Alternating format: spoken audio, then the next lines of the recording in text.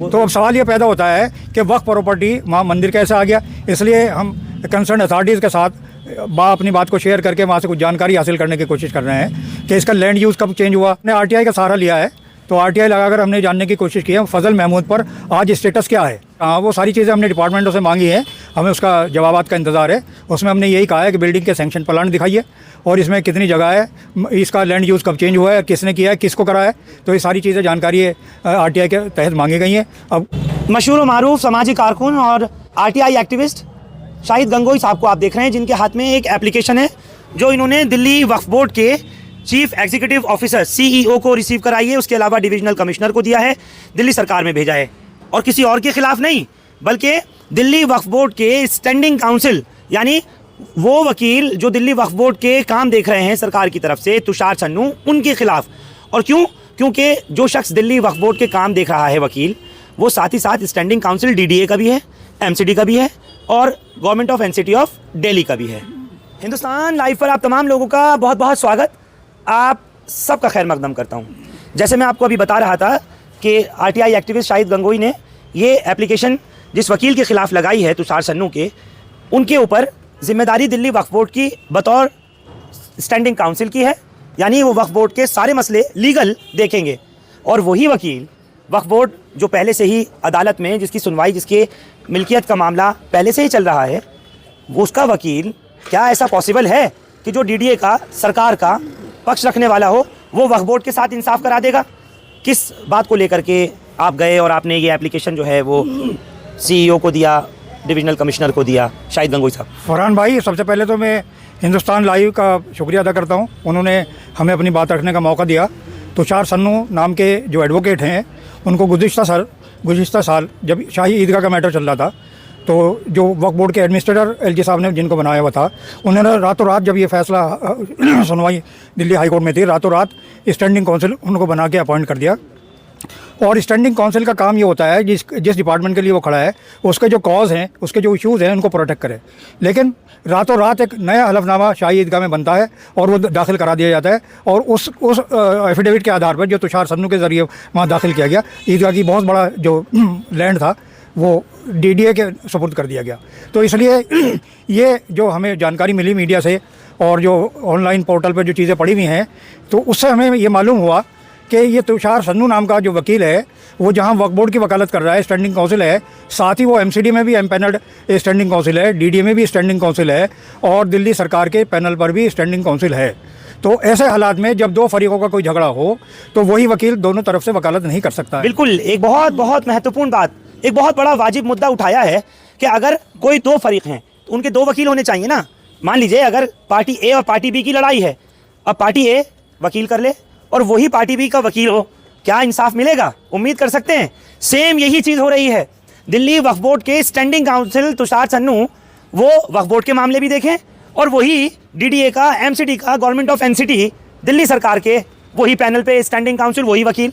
तो ये तो बड़ा अजीब बात है। इस तरह तो इंसाफ उम्मीद की ही नहीं जा सकती। फैजिलाई दरगाह के बाहर जो बना हुआ डिस्पेंसरी और बारात घर था, उसको लेकर के भी मामला सामने आ रहा था, तुषार चन्नू पेश हुए नहीं हुए। तो फरहान साहब, इसमें असल बात यह है कि अभी 14 जनवरी को एक कोर्ट में केस लगा हुआ था ग्रीन पार्क की मस्जिद और कालकाजी मस्जिद में। तो ये स्टैंडिंग काउंसिल के हैसियत से वहाँ पेश हुए वक्फ बोर्ड की तरफ से, और इसमें सीनियर एडवोकेट संजय घोष भी पेश हुए। तो इन्होंने उन सीनियर एडवोकेट को ये कहा कि आपको हक नहीं है इसमें वकालत करने का, मैं स्टैंडिंग काउंसिल हूँ। तो अगर 14 तारीख में संजय घोष वहाँ पैरवी केस की ना करते, तो शायद उसका भी वही असर होता जो आज हम फैजिलाई के आगे खड़े होकर देख रहे हैं। तो वहीं से हमें ये ऊर्जा मिली कि ये शख्स जब 4 पैनल पर स्टैंडिंग काउंसिल है, तो इनको पैनल से क्यों ना हटा दिया जाए। वक्फ बोर्ड के पैनल पे ऐसा स्टैंडिंग काउंसिल होना चाहिए जो वक्फ के इश्यूज़ की प्रोटेक्शन करे, उसकी हिफाजत करे। तो ये ऐसा वहाँ नहीं हो रहा था। और हमें जो अब शाम जानकारी मिली है, कल इसमें जो ग्रीन पार्क की मस्जिद है और कालकाजी की मस्जिद है, वो कल के लिए दिल्ली हाई कोर्ट में लिस्टेड है। तो शायद हमारी कंप्लेंट की बुनियाद पे कल शायद ये वहाँ पेश ना हो सके, कोई दूसरा वकील वक्फ बोर्ड की तरफ से उनके दलाइल को रखेगा। और उसके साथ ये भी हमने दलाइल रखने की कोशिश की है कल की तारीख में कि जो प्रीत सिरोही ने जो वो पिटीशंस फाइल करी हैं, उसके 39 पिटीशंस का हवाला देकर वो वहाँ लगाया है कि ये समाज में एक हेट पैदा कर रहा है और नफरत फैला कर रहा है, क्यों ना इसका जो सेवा इंडिया का रजिस्ट्रेशन है वो कैंसिल हो।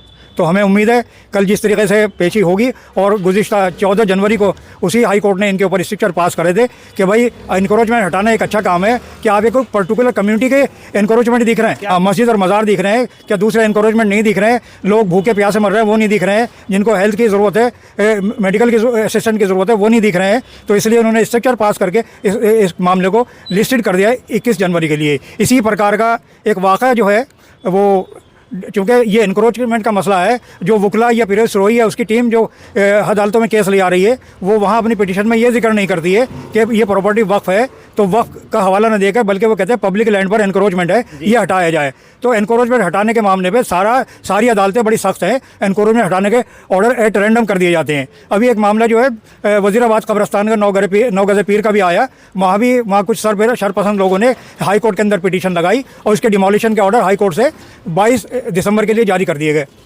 तो 22 दिसंबर को जारी करने के लिए जो आदेश डीडीए के पास आया था, उन्होंने इलाके की फोर्स, इलाके में उस एक्शन को अंजाम देने के लिए पुलिस फोर्स तलब करने की कोशिश की, और वहाँ के जो बीट के लोग थे पुलिस के प्रशासन के, वो पुलिस फोर्स का जो लेटर था वो उन्होंने इत्तफाक से वहाँ के किसी कमेटी, मैनेजिंग कमेटी के आदमी के हाथों में वो पहुँचा दिया 17 दिसंबर को।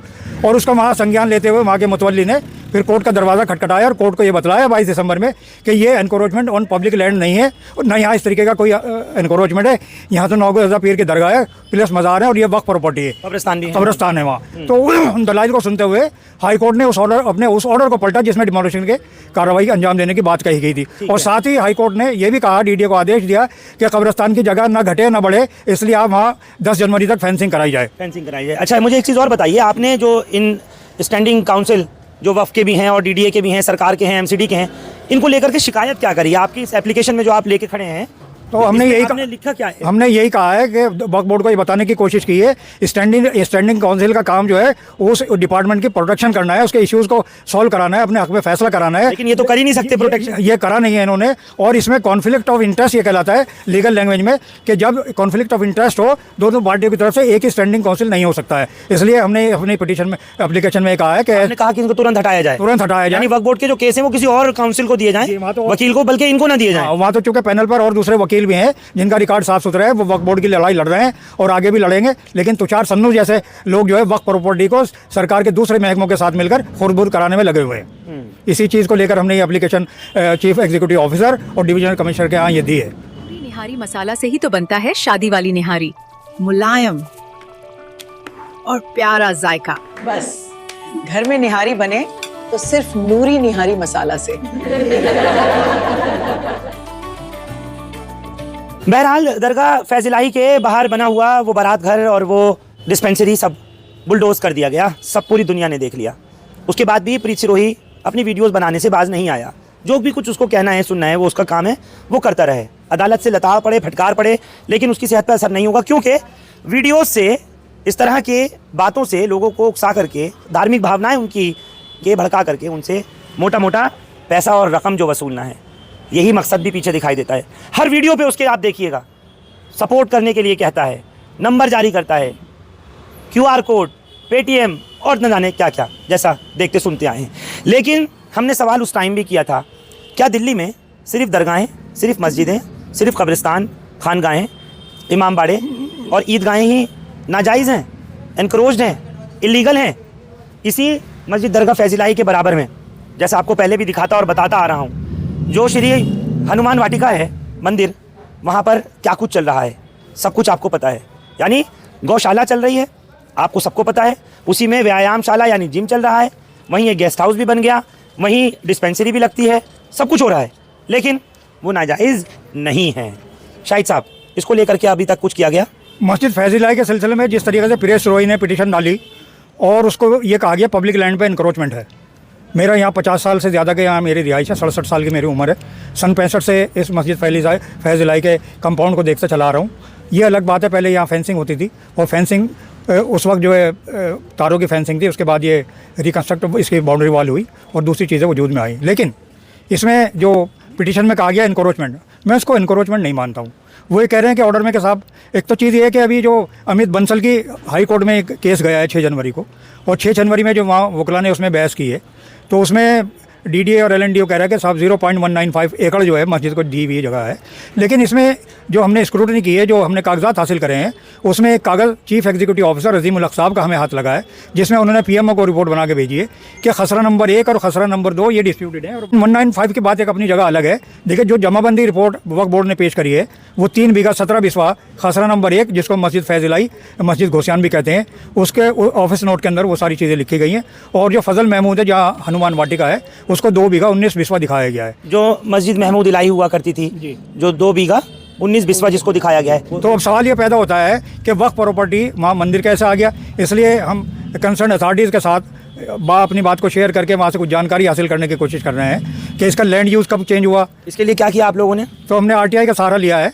तो आरटीआई लगाकर हमने जानने की कोशिश की है फजल महमूद पर आज स्टेटस क्या है, तो उसमें कितनी फाउंडेशन है, फजल महमूद मस्जिद आज है कहाँ, वो सारी चीज़ें हमने डिपार्टमेंटों से मांगी है। हमें उसका जवाबात का इंतज़ार है। उसमें हमने यही कहा है कि बिल्डिंग के सैंक्शन प्लान दिखाइए और इसमें कितनी जगह है, इसका लैंड यूज़ कब चेंज हुआ है, किसने किया है, किसको करा है। तो ये सारी चीज़ें जानकारी आरटीआई के तहत मांगी गई हैं। अब हमें जब जवाबात मिलेंगे, बाकी की चीज़ें जब तथ्य सामने आएंगे। यानी मंदिर को लेकर के आप लोगों ने आरटीआई लगा दी है? बाकायदा हमने जो है ना, हमने तो ये जानने की कोशिश करी है कि खसरा नंबर 2 और खसरा नंबर 1 में कुल कितनी जगह है। तो यहाँ एक डिस्प्यूट ये भी पैदा होता है कि एलएनडीओ ने एक अपने सबमिशन में एमसीडी रिपोर्ट में कहा है कि 1,45,200 गज जगह एलएनडीओ ने 1959 में ये एमसीडी को हैंड ओवर करी थी लीज़ के ऊपर, और उसमें मतलब पब्लिक यूटिलिटीज़ के लिए। और उसकी जो बाउंड्रीज़ लिखी गई हैं, बाउंड्रीज़ में बतलाया गया है एक साइड पे आसवली रोड है, उसके अपोजिट जो है जवाहरलाल नेहरू मार्ग है, और तीसरी साइड में बहादुर शाह जफ़र मार्ग है, और चौथी साइड में कमला मार्केट दिखाया गया है। ये हुदूद अरबा बाउंडेड बाई उस प्लॉट का है, जिसमें उन्होंने अपनी रिपोर्ट में कहीं ये भी नहीं लिखा है कि साहब वहाँ कोई हनुमान वाटिका मंदिर खड़ा है या मस्जिद खड़ी है। इसका मतलब है, अच्छा दूसरी चीज़ इसमें एक सवाल ये उठता है कि जवाहरलाल नेहरू मार्ग को 1959 की रिपोर्ट में बताया गया है, जबकि ये जवाहरलाल नेहरू मार्ग वजूद में 1964 में आया है। ये भी सवाल बहुत बड़ा है। सवाल बहुत बड़ा है। फौज रिपोर्टें पेश की गई हैं जिसका कोई अथेंटिकेशन नहीं है। तो आप लोग इसके लिए आरटीआई आने के बाद कुछ कोर्ट वगैरह में भी जाने की तैयारी कर रहे हैं? जब हमारा भाई ऐसा है, कमेटी अपना काम कर रही है, वो किस हद तक गई है, तो उसमें हम लफड़े में नहीं पड़ना चाहते हैं। वो उनका काम है, वो क्या कर रहे हैं, किस तरीके से कर रहे हैं। लेकिन मैं इस मस्जिद में एक रेगुलर डिवोटी हूँ। उस डिवोटी के एसेस से जो 1995 के एक्ट में बात कही गई है, any interested person can interfere in the petition. तो हम कोशिश करेंगे 110 में हम भी वहाँ पार्टी बने और कोर्ट हमें भी सुने, क्योंकि कोर्ट के अंदर जो इंक्वायरी कमेटी ने रिपोर्ट दी है उसमें कहा है कि डायग्नोस्टिक सेंटर और बारात घर को हटाया जाएगा, इतनी बात कही गई है। तो उसने मेरे गुसलखाने या टॉयलेट क्यों तोड़ दिए, उसने इस मस्जिद के अहाते की बाउंड्री वाल क्यों तोड़ दी। तो हमने पुलिस प्रशासन को 8 जनवरी और 10 जनवरी को एक पूरी रिपोर्ट बनाकर पेश करी है कि पुलिस प्रोटेक्शन के अंदर एमसीडी का प्रशासन violation of court order inquiry committee की रिपोर्ट्स का उल्लंघन कर रहा है। तो लिहाजा आइंदा जो भी है, जब तक ये वायलेशन में पुलिस का थोड़ी कोई लेना देना है, पुलिस का लेना देना नहीं है। ये तो जो एमसीडी है, जो सिविक एजेंसी वगैरह है, उनका लेना देना। तो सीनियर ऑफिसर ने हमें यही कहा कि एमसीडी कार्रवाई कर रही है, हम तो उनको प्रोटेक्शन का कवर दे रहे हैं, लेकिन हमने हुकाम से ये कहा कि आपके प्रोटेक्शन कवर के अंदर वो वायलेशन कर रहे हैं। तो लिहाजा अब जो नई परिस्थिति आई है कोर्ट के ऑर्डर में ये है कि एनकरेजमेंट हटा दो, जिसके अंदर डायग्नोस्टिक सेंटर और प्लस बारात घर की बात कही गई है। तो उसमें मेरे टॉयलेट हटा दिए गए, तो वायलेशन हुआ है। दूसरा चीज़ ये है कि खाली एनकरेजमेंट हटाना था, ना तो उनको मलबा हटाना था, ना यहाँ जो हमारे पीछे फेंसिंग दिखाई दे रही है ये उसमें कवर है। तो ये वायलेशन हुआ है सरासर। तो इसके खिलाफ जब तक हमारे पास बाकी दूसरे के कागजात नहीं आ जाते हैं, तो हम एज ए रेगुलर डिवोटी की शक्ल में अपनी पिटीशन वहाँ फाइल करेंगे, जिस कोर्ट से ये ऑर्डर जारी हुआ था चीफ जस्टिस की। चलिए, बहुत बहुत शुक्रिया आपका। तो आप सुन रहे थे इस वक्त आरटीआई एक्टिविस्ट शाहिद गंगोई साहब को, जिन्होंने खुले तौर पर कहा है कि हमने आगे शिव हनुमान वाटिका मंदिर के लिए भी अब क्योंकि आरटीआई से जवाब मांगा है, आरटीआई के जरिए ही मालूम हो सकेगा कितना रकबा, कितना गज उनके पास में अलॉटेड है सरकारी तौर पर, कितना नहीं है, क्या कुछ वहाँ पर लीगल और इलीगल है। ये सारी चीज़ें इनका कहना है कि हमने जवाब मांगा है। जवाब आने के बाद में हम लोग आगे अदालत, क्योंकि सबके लिए है, जैसे मैं शुरू से कहता हूँ, अदालत मंदिर वालों के लिए भी है, मस्जिद वालों के लिए भी है, गुरुद्वारे वालों के लिए भी है, गिरजाघर वालों के लिए भी है। अदालत के ऊपर हर भारतीय को भरोसा है और रहना भी चाहिए। सबको उम्मीद है कि इंसाफ होगा। लेकिन जो कुछ दरगाह फैजिलाई मामले के लिए हुआ, या फिर उसके अलावा जिस तरीके से हम देख रहे हैं, इन्होंने खुले तौर पर इस एप्लीकेशन को लगाया और जो सीईओ हैं, chief executive officer Delhi Waqf board के या डिविजनल कमिश्नर, उनके यहाँ जाकर के तुषार चन्नू एडवोकेट जो स्टैंडिंग काउंसिल हैं वक्फ बोर्ड के भी, बताइए, वही वक्फ बोर्ड के काउंसिल हैं, वही वक्फ बोर्ड के वकील, वही रिप्रेजेंट भी करते हैं डीडीए को, एमसीडी को, दिल्ली सरकार को।